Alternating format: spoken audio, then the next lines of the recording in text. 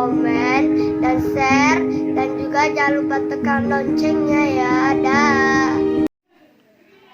Assalamualaikum warahmatullahi wabarakatuh. Selamat pagi. Bertemu lagi dengan Bapak ya. Bapak doakan kalian dalam keadaan sehat walafiat ya, dan terbebas dari berbagai macam penyakit ya, apalagi penyakit virus corona yang sedang melanda dunia saat ini. Jadi tidak hanya Indonesia, dunia ya saat ini. Oke, anak-anakku semuanya, sebelum kita mulai belajar pada pertemuan kali ini, ada baiknya kita berdoa dulu menurut kepercayaan kita masing-masing. Berdoa dimulai. Oke, berdoa selesai. Pertama-tama marilah kita ucapkan puji syukur ya kepada Tuhan Yang Maha Kuasa yang telah memberikan ya rahmat kepada kita, memberikan kesehatan kepada kita ya, sehingga kita masih bisa melaksanakan aktivitas daring ya, belajar daring pada saat ini. Oke, terus berikutnya sebelum kita membahas materi pada pertemuan kali ini, seperti biasa ya, Bapak tidak akan bosan-bosan ya menyampaikan kepada kalian semua ya. Ini berkaitan dengan tugas-tugas ya, berkaitan dengan tugas-tugas ya, tugas-tugas harian ya, tugas-tugas harian semester kedua ya. Jadi di kelas A, kelas B, kelas C, dan kelas D ya, masih saja ada beberapa orang yang sampai hari ini ya, sampai saat ini ya, tidak mengerjakan tugas-tugas ya. Salah satu contohnya di sini di kelas 7A itu Aldi Cahyagi, dan juga di sini Marsha Dwi Arbianti dan lain-lain ya. Jadi masih banyak yang lain-lain. Jadi tadi malam ya atau kemarin Bapak sudah share hasil rekap tugas pertemuan keberapa? Ke-12 ya, pertemuan ke-12 ya. Dan kalian bisa lihat jika ada nilai kalian yang kosong ya, kalian harus memperhatikan itu. Jadi kalau nilai kalian ada yang kosong di sana, kalian boleh menemui Bapak ke sekolah menemui Bapak sekolah, atau menyuruh saudara kalian ya atau orang tua kalian mengantarkan tugas yang kosong tadi, memperlihatkan ke Bapak ya, ini Pak ya, kalau kami sudah mengerjakan tugas bahasa Indonesia tanggal ini, pertemuan ini. Jadi mudah sekali ya. Jadi kalian tinggal lihat apa yang data yang Bapak sudah kirim. Kalau ada nilai kalian yang kosong sementara kalian sudah mengerjakan tugas tersebut ya, kalian silakan datang ke sekolah dengan membawa buku tugas tersebut. Jadi jangan kalian ya kalian foto terus kalian kirim ulang ke Bapak, jangan, tidak usah ya.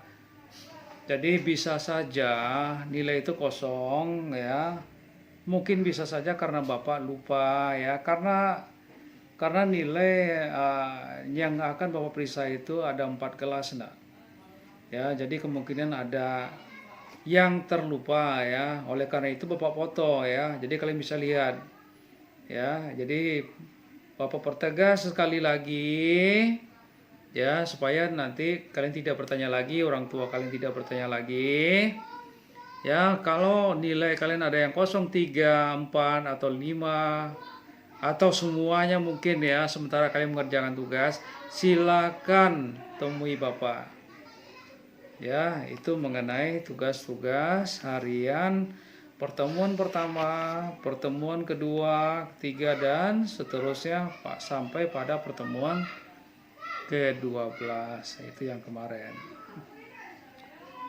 Oke, terus selanjutnya ya, untuk kuis ya untuk foto ya, untuk foto sampul itu ya, sampul pelajar di channel YouTube Bapak itu kan sudah tayang.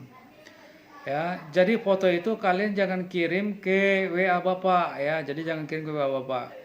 Kemarin Bapak sudah share link ya. Kalian tinggal bergabung di grup. Ya, di grup foto. Jadi kalian tinggal masuk ya, tinggal pencet linknya, terus kalian masuk ke dalam grup foto. Ya, jadi foto itu jangan kalian kirim ke Bapak atau ke Bu Fatimah. Ya, jadi cukup kalian foto aktivitas kalian sedang belajar itu, kalian foto di ya, kalian foto terus kalian kirim ke grup foto. Jadi jangan kalian kirim lagi ke Bapak ya, ke WA Bapak atau ke WA Bu Fatimah. Ya, untuk Bu Fatimah, kenapa ya kok tugas saya sudah saya kirim ke Bu Fatimah belum dibuka? Bahwa beritahukan kemarin itu HP-nya Bu Fatimah itu rusak nak, ya rusak, jadi sudah dibawa ke tempat perbaikan. Jadi Bapak nggak tahu ya apakah sudah selesai atau belum ya. Jadi kalian bisa cek, kalau sudah terkirim berarti ya sudah selesai, sudah diambil sama Bu Fatimah, berarti HP-nya sudah dalam keadaan baik ya. Terus bagi kalian yang sama sekali belum mengikuti kuis, silakan kalian masuk ke dalam channel Taufik Taza. Di sana ada edisi ya, sampul pelajar 1, sampul pelajar 2. Ya, silakan kalian masuk di sana terus tonton ya. Kebetulan di dalam video itu memang Bapak sengaja ya pajang aktivitas kegiatan kalian belajar di rumah ya, sebagai salah satu bukti atau dokumentasi buat Bapak ya. Jadi jika nanti ada dari pihak dinas pendidikan bertanya ya, bahwa tinggal memperlihatkan kepada pengawas tersebut ya.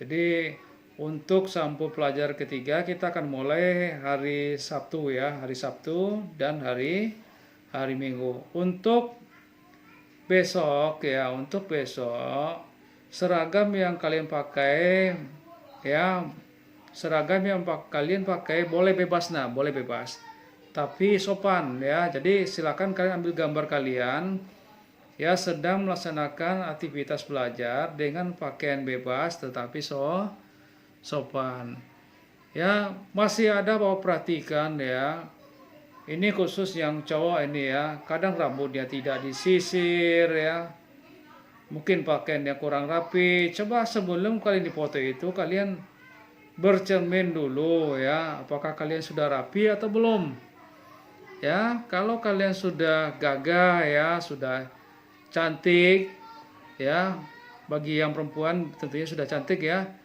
diperbaiki dulu jilbabnya ya. Kalau rasanya kurang bagus ya ditata dulu. Dan ingat jangan menggunakan lipstick ya. Jadi nggak usah, kalau itu masih pelajar. Kalau pakai bedak boleh Pak, boleh ya, silakan kalian menggunakan bedak ya. Pokoknya jangan berpenampilan seperti artis pula, jangan ya. Jadi nggak usah seperti itu.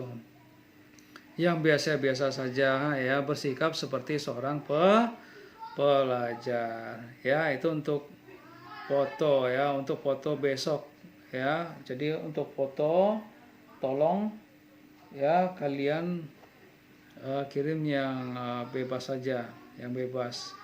Oke. Oke, baiklah anak-anakku semuanya ya. Kita kemarin udah membahas tentang ya langkah-langkah yang harus kita persiapkan sebelum kita ya membacakan sebuah cerita. Jadi kemarin sudah kita bahas ya. Bapak rasa kalian sudah memahami apa yang Bapak sampaikan, dan Bapak hari ini tidak akan mengulang itu lagi. Kita hari ini akan membahas tentang unsur kebahasaan dalam cerita fabel ya. Jadi bahasa sangat penting sekali ya. Bahasa merupakan komponen paling penting ya di dalam cerita fabel, di dalam cerita legenda. Jadi tanpa adanya bahasa, pesan atau informasi yang ada di dalam cerita tersebut tidak akan tersampaikan dengan baik. Tentunya dengan bahasa yang seperti apa? Ya, bahasa yang mudah dipahami. Tentunya dengan ketentuan kaidah-kaidah bahasa Indonesia. Jadi bukan bahasa yang sembarangan ya. Boleh disingkat-singkat, boleh seperti kalian kirim chat WA ke Bapak ya. Gak seperti itu nah ya. Jadi ragam bahasanya adalah ragam bahasa ya. Dibilang resmi juga tidak ya, karena ini adalah cerita fiksi ya. Tentunya bahasa yang dipakai akan ada bahasa kiasan di dalam ceritanya nah ya. Jadi tidak harus bahasanya resmi seperti kalian membaca surat ya. Jadi tidak seperti itu ya. Kenapa harus ada bahasa kiasan, bahasa yang indah? Supaya apa? Supaya pembaca itu senang ya dan terus ingin membaca cerita tersebut ya. Jadi itu bahasa di dalam fabel atau legenda. Hari ini Bapak akan bacakan berikut ciri-ciri bahasa dalam fabel. Jadi ingat ya. Jadi ada beberapa ciri-ciri bahasa di dalam fabel. Yang pertama, memuat kata-kata sifat. Oke, jadi kata-kata sifat kalian harus tahu ya. Contohnya seperti apa kalian harus tahu. Contohnya biasanya ya, kata sifat yang sering kita dengar ada kata sombong. Ya. Binatang mana yang sombong? Biasanya ada itu nak, ya. Jadi kata sombong ini ada di dalam cerita tersebut. Itu namanya kata sifat ya.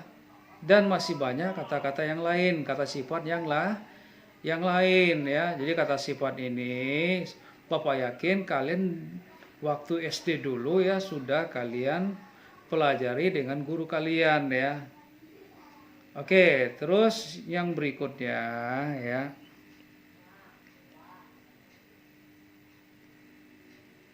Kata-kata sifat untuk mendeskripsikan karakter pelaku baik penampilan fisik maupun kepribadiannya. Ya, jadi kata-kata sifat juga nanti ya di dalam sebuah cerita biasanya ya itu akan erat berhubungan dengan ya sifat-sifat atau karakter dari pelaku. Pelaku itu siapa? Pelaku itu adalah tokoh ya. Termasuk fisiknya. Fisik tahu kan? Ya, fisik itu adalah bagian luar dari ya anggota ini fisik ini ya, seperti yang kita lihat sekarang ini. Ya, ini namanya fisik. Yang bisa kita sentuh itu fisik. Tentunya fisik buaya dengan fisik kancil pasti berbeda nak ya. Oke, kita lanjutkan. Tadi itu yang pertama kata sifat. Yang kedua, memuat kata-kata keterangan. Kemarin itu kita udah bahas juga ya terkait dengan unsur-unsur intrinsik yang ada di dalam cerita fabel ya. Kata keterangan yang mana Pak? Ya, kata keterangan itu ada kata keterangan tempat, kata keterangan waktu, dan kata keterangan suasana. Ya, jadi tempat itu adalah latar ya, latar yang ada di dalam cerita tersebut. Ya, apakah di sungai, apakah di gunung, ya. Apakah di hutan, di rumah dan lain sebagainya. Ya, Kalau waktu itu kemarin Bapak juga sudah jelaskan ya. Waktu itu ya, apakah dia pagi, malam, sore ya. Itu akan bisa kita temui di dalam cerita tersebut. Ya. Contohnya kalimatnya seperti apa, Pak? Senja itu ya, senja itu kancil duduk termenung, duduk sambil menangis, duduk sambil mengeluarkan air mata. Ya, itu apa? Itu adalah keterangan waktu dan keterangan suasana. Ya, waktunya senja, suasananya dalam keadaan sedih. Ya, dia menangis. Kancil tadi menangis. Nah. Oke, itu ya yang kedua ya. Yang kedua memuat kata keterangan. Ya.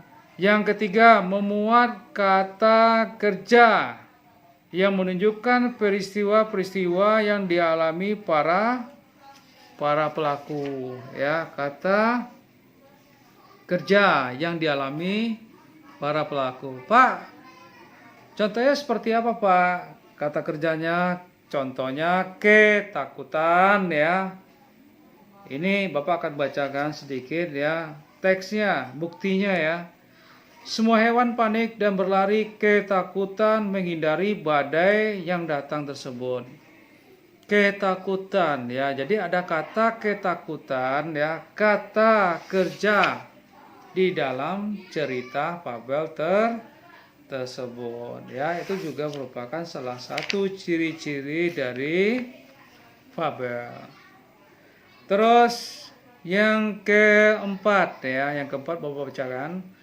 Banyak menggunakan kata bermakna denotatif atau makna sebenarnya sehingga mudah untuk dipahami. Kenapa cenderung menggunakan kata denotatif? Karena ini fabel ya. Karena ini fabel, tentunya fabel ini berbeda sekali dengan cerpen. Nah, cerpen, novel ya, itu berbeda. Dari sisi bahasa sudah pasti berbeda. Ya. Dan pembacanya pun ya pun berbeda. Biasanya fabel ini, legenda ini yang sering membaca, yang suka membaca adalah anak-anak. Ya, anak SD termasuk kalian siswa SMP. Ya. Makanya bahasa yang dipakai adalah bahasa yang mudah dipahami. Ya. Contohnya seperti apa bahasanya, Pak? Ya. Bapak bacakan ya. Di sebuah hutan yang sangat lebat, tinggallah bermacam-macam hewan. Ya, itu artinya adalah bahasa denotatif. Ya, kalau kita maknai kalimat tadi, di sebuah hutan ada berbagai macam hewan. Ada gajah, ada jerapah, ada singa. Ya, mungkin ada juga buaya dan lain. Ya, jadi tidak di sini Bapak perhatikan tidak menggunakan bahasa kiasan. Jadi bahasa kiasan sih boleh saja, tetapi tidak terlalu banyak. Nah, tidak terlalu banyak ya. Karena yang baca itu ya adalah siswa SD atau siswa SMP. Ya, sehingga ketika dia membaca ya siswa tadi dia langsung memahami makna dari bahasa tersebut ya. Kalau menggunakan bahasa kiasan yang terlalu tinggi, menggunakan majas yang terlalu banyak, ya siswanya nggak tahu maksudnya ini apa gitu. Ya, oke, kita lanjutkan. Jadi itu namanya bermakna denotatif, ya atau makna sebenarnya. Oke, yang berikutnya. Ya, 1, 2, 3, 4. Sekarang yang kelima. Kadang-kadang disisipkan kalimat langsung, yaitu kalimat yang diujarkan secara langsung oleh tokoh untuk menghidupkan suasana cerita. Kalimat langsung ditandai dengan penggunaan tanda petik. Nah, ada tanda petik 2 itu. Kalian bisa lihat ya. Kalian bisa lihat di dalam teks. Ya, sekarang kalian boleh buka mungkin buku cetak kalian. Ya, buka buku cetak kalian halaman 206. Ya, halaman 206, 205 ya, 205 sampai 206. Ya, ini sebuah cerita Fabel Semua Istimewa. Judulnya Semua Istimewa. 205 ya. Pak, tanda petik itu yang mana, Pak? Nah, kalian boleh lihat ya. Kalian boleh lihat di sini di dalam teks ini ya. Ini karena Bapak perhatikan teks ini ya, paragrafnya pun nggak jelas ya, paragrafnya kurang jelas ya. Ini terlalu banyak, satu paragraf kalau Bapak perhatikan ini terlalu banyak barisnya ya. Sekarang kalian coba lihat lihat dari atas, baris keempat ya, baris keempat. Hujan telah tiba. Coba kalian baca itu, ada kata hujan telah tiba. Ya, itu artinya adalah kalimat langsung. Ya, kalimat langsung yang disampaikan langsung oleh tokoh. Ya, hujan telah tiba. Ulu berteriak dengan girang. Ulu berteriak dengan girang. Ulu pun mulai bersenandung sambil melompat mengitari kolam. Ia melihat semut-semut kecil yang sedang berteduh di balik bunga matahari. Ya, itu namanya gerak laku. Nah ya, gerak laku dari tokoh. Ya, gerak laku dari tokoh. Ya, dan itu bukan kalimat langsung. Kalimat langsung yang mana, Pak? Yang tadi, yang Pak bacakan tadi. Hujan telah tiba. Oke, terus yang berikutnya kita perhatikan di sini. Kalimat ya 4, 5, 6. Kalimat ke-7. Coba kita perhatikan kalimat ke-7. Wahai semut, hujan telah tiba, jangan bersembunyi, seru ulu kepada semut. Ya, jadi itu juga tanda petikan ya, tanda petikan itu adalah kalimat langsung. Ya, kalau teks drama, nah kalau kalian pernah melihat teks drama, pasti akan berbeda dengan cerita ini ya. Ya, pasti akan berbeda. Secara tipografi bentuknya itu berbeda, nak. Ya, kalau teks drama itu diawali dengan nama tokohnya. Misalnya Budi, titik 2, setelah itu kalimat langsung tanda petik. Ya, setelah itu gerak laku. Ya, kalau Fabel tidak ya. Jadi Fabel itu seperti yang kalian lihat ini. Ya. Oke. Mudah-mudahan kalian bisa memahami ya mana yang kalimat langsung ya. Jadi Bapak ulang kembali, Bapak pertegas kembali ciri-ciri Fabel ya, ciri bahasa Fabel. Yang pertama, memuat kata-kata sifat. Oke, yang kedua, memuat kata keterangan. Ada kata keterangan waktu, ada kata keterangan tempat, dan kata keterangan suasana. Oke, terus yang ketiga, memuat kata kerja. Ya, memuat kata kerja. Tadi Bapak udah contohkan. Terus yang keempat, banyak menggunakan kata bermakna denotatif atau kata sebenarnya. Ya, tapi ini tidak mutlak, nah ya. Tidak mutlak, jadi tidak harus. Ya. Jadi kadang-kadang ada juga penulis menulis sebuah cerita, memulai di awal cerita itu menggunakan bahasa konotasi atau bahasa kiasan. Bahasa kiasan artinya bahasa yang indah, yang memancing pembaca ya larut dengan apa yang ia tulis. Ya, jadi ini tidak mutlak. Ya.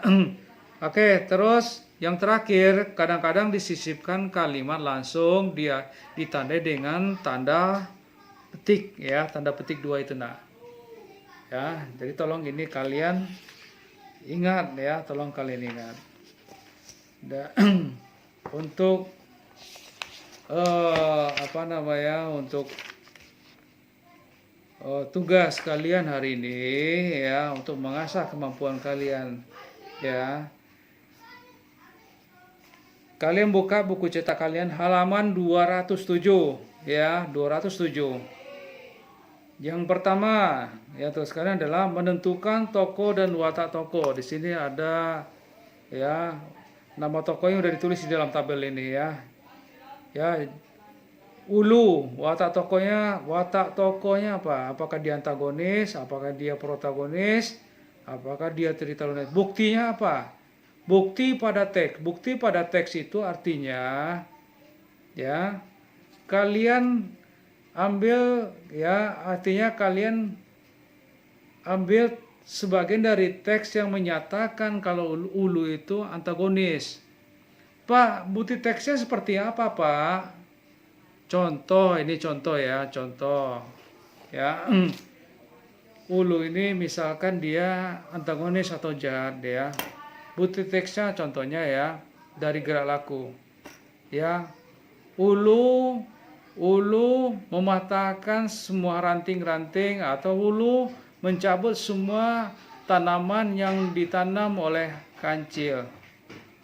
Itu namanya bukti. Jadi kata yang Pak sampaikan tadi itu kalian ambil terus kalian pindahkan ke dalam tabel ini. Ya.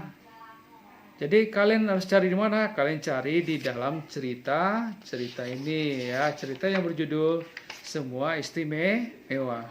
Ikan ini wataknya seperti apa? Kalian harus lihat juga.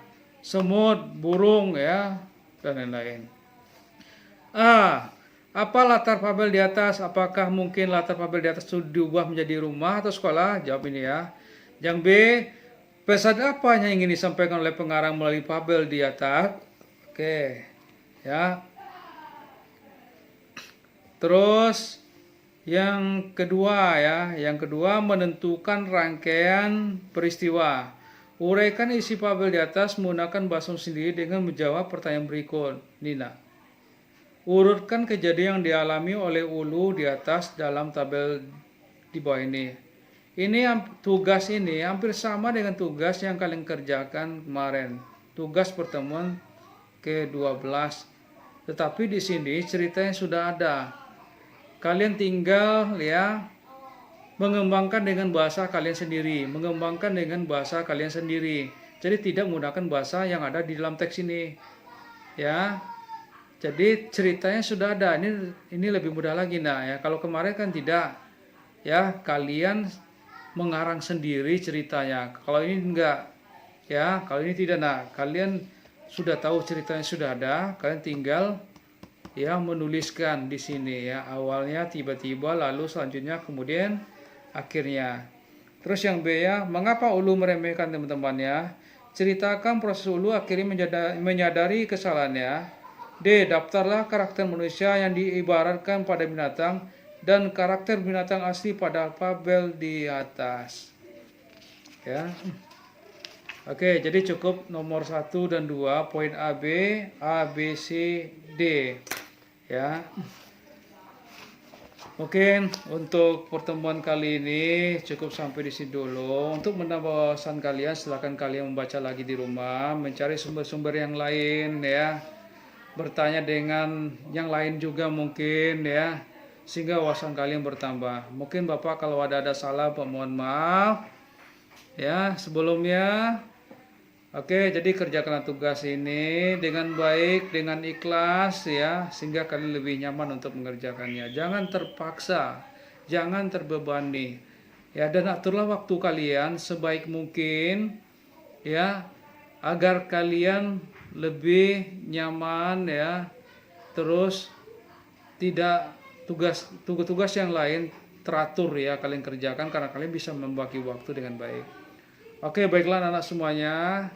Oh ya, yang terakhir masih ada yang bertanya ya, itu untuk praktek itu kapan Pak ya, masih ada yang bertanya. Malah sudah ada yang mengirim tugas praktek. Ini luar biasa sekali ya.